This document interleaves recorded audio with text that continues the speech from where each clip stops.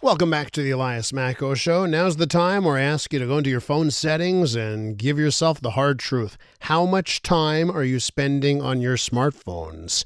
Do you get that update every week with your screen time? Are you ashamed by how high the number is? Well, a recent study reveals the alarming effects of smartphone addiction on the brain, showing increased brain activity in addicted users that makes them less focused and more easily distracted, a phenomenon now referred to as brain rot. Doctors emphasizing the growing risks and linking these changes to behavioral issues, anxiety, and depression. Let's talk a little bit more about this. Mitch Joel, tech advisor, investor, author of CTRL ALT Delete, the founder of ThinkersOne. Hi, Mitch. Care to divulge your hours? I have not. I don't know if I'm comfortable with it, but I do monitor it very strictly. I am very cognizant of it. I have been for my whole life, but I'm not Dr. Mitch Schulman. I'm Mitch Joel. So yeah. Yeah, well, that's the thing, right? And I think we can look at ourselves, but we can also look at what's happening to teenagers, adolescents, university students on that front. So what's sticking out here when it comes to brain rot? What are the alarm bells that we should be paying attention to in this story? Yeah, one, I think it's important for everybody to know that this is not recognized as a medical condition yet. I mean, it could be. They're just seeing a link between excessive online consumption and basically cognitive mental health issues.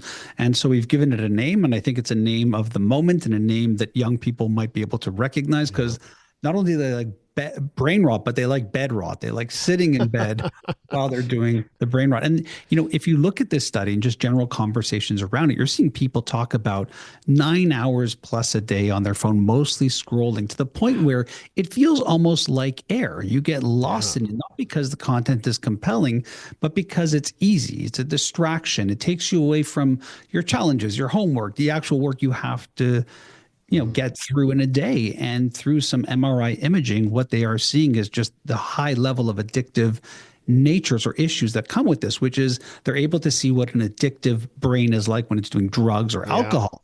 And then able to see that, wow, those same colors are flaring up on the MRI. And like you said, it's it's making people less attentive and just very easily distracted. So we are all stuck in a sense of brain rot. And I don't think things like election cycles are all that helpful to us doom scrolling and making it worse. Well, so I guess I don't feel that bad now, because you said 9 hours there. I'm at about half of that number. Okay. Yeah. And, while I'm on air, I mean, the smartphone is on quite a bit while I'm on air, before the show, after the show. So I guess I don't feel as bad when I hear a nine hours as a number. But let me throw one thing at you, Mitch. Last week we were speaking to a high school teacher, Catherine Hogan. She comes on the show every now and again. And she mentioned, because, now the schools, they've banned cell phones, smartphones during the day, right? The kids don't have access to their phones. And what she mentioned to me was striking, is that a lot of teachers are feeling that the kids now, they come into the classroom, they don't have their smartphones, and they can't focus. And they feel that they need to do some sort of every day for the teacher. They need to be really exciting and include audio and video elements in order to keep students focused. And she sort of said it was a bit of like, an eyes glazed over kind of deal happening in the classroom. And I guess this is all related here. When they don't have their smartphones, they're just not able to focus and move along with things like a teaching plan, I guess. And all of those strategies wind up only reinforcing the bad behavior and that wiring of the brain. What needs to happen is a detox. It is like any addiction. You can't just say, I'm going to have a little bit of cocaine this weekend and I'll be fine. It's not going to work. And so what you need to look to is things like what they call the analog antidotes.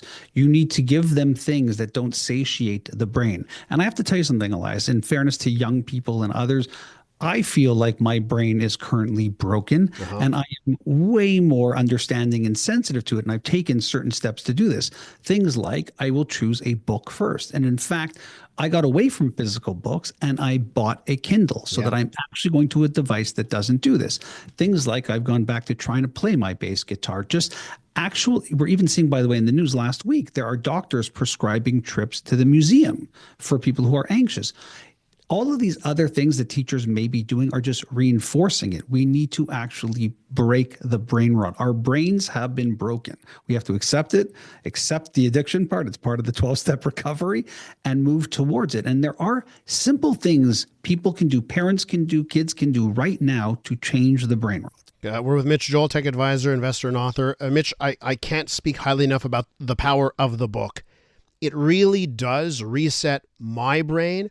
I'm like you now. I have to thank Olivia, my wife, for doing this, because she's from the book world, right? That's what her business was, the book world. So I had bought, I had a Kindle, and then when I upgraded my Kindle, I got a Kobo, okay? And I tell you what, I haven't touched that thing. It's collecting dust, and it's physical books. And when I pick up the book and I read for the weekend, it resets. And the difficulty I have is then I get back onto the phone, like during the week, and it's hard to get off the phone back into the book.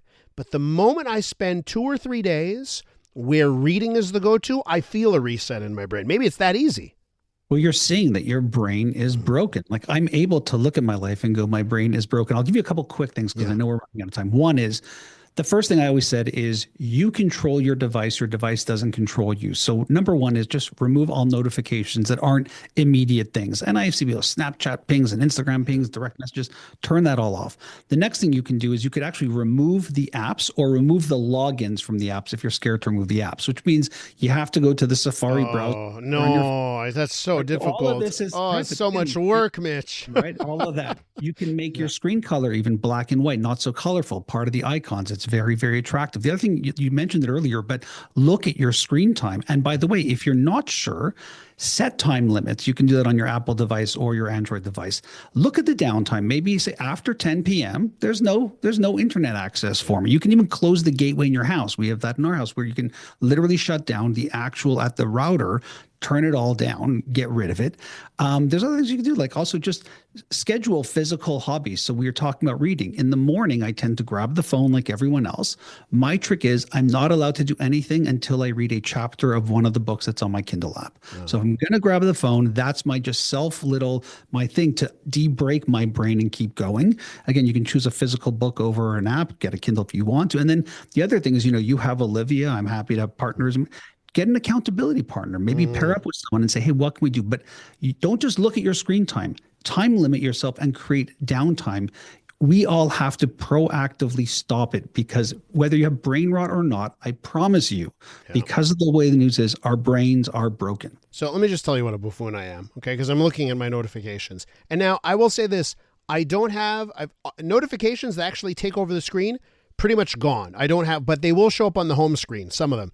I'm going to delete them today. Okay. I'm going to delete these. Part of them. You don't need them. BuzzFeed. Okay. Yeah. It turns out we've been doing laundry wrong this whole time, according to a viral. Why is that on my home screen? I'm so stupid. Get rid of it, right? It defaults then, but let me push this even further. Stock quotes, a weather alert. You don't need any of this. I even have my messages, my text and my phone relegated to only ringing. You have the VIP one on the Apple devices to immediate people that I have to speak to. Look at this. So, look how dumb I am.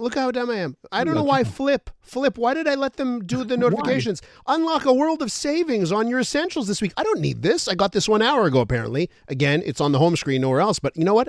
I'm going to hold on. I'm going to tap on it now. I'm going to swipe over. Options. Turn off. So this app dead to me now. Not going to give me the updates. I'll give you another tip here. Yeah. Go in and just turn all notifications off with the one button, and then go in and look at the apps you actually need to have. And then bring them back. Yes. Create a bit of distance between you and these devices. Again, they're begging you to spend more time. They do a sneaky thing though. Some of these apps, they send you stuff that you need to know, like when you order something. So I want to know the update on the order, but I don't want their promo notifications. Okay, or you can just log in and hit orders and give yourself those extra steps. Have you done the grayscale? This is what I've heard a lot of people say. Turn your phone from full color to black and white, basically grayscale. Do you think that works? It does help. I've seen it work. And by the way, even in the evening, what I do is I lower my brightness to the lowest and I actually switch it to dark theme at night. So that even if something does happen, it doesn't give you that. I constantly watch everybody. Illumination. Moth to a flame for notifications and lights, anything that buzzes. Mitch, we got to leave it there. Thanks so much. Happy Monday. Happy, whatever you said there. What did you say? Monday. Monday. Oh, yeah, Monday. Election, first Monday of the campaign, election Monday. Yeah, okay. here we go. Be well, Mitch. That's Mitch Joel, founder of ThinkersOne.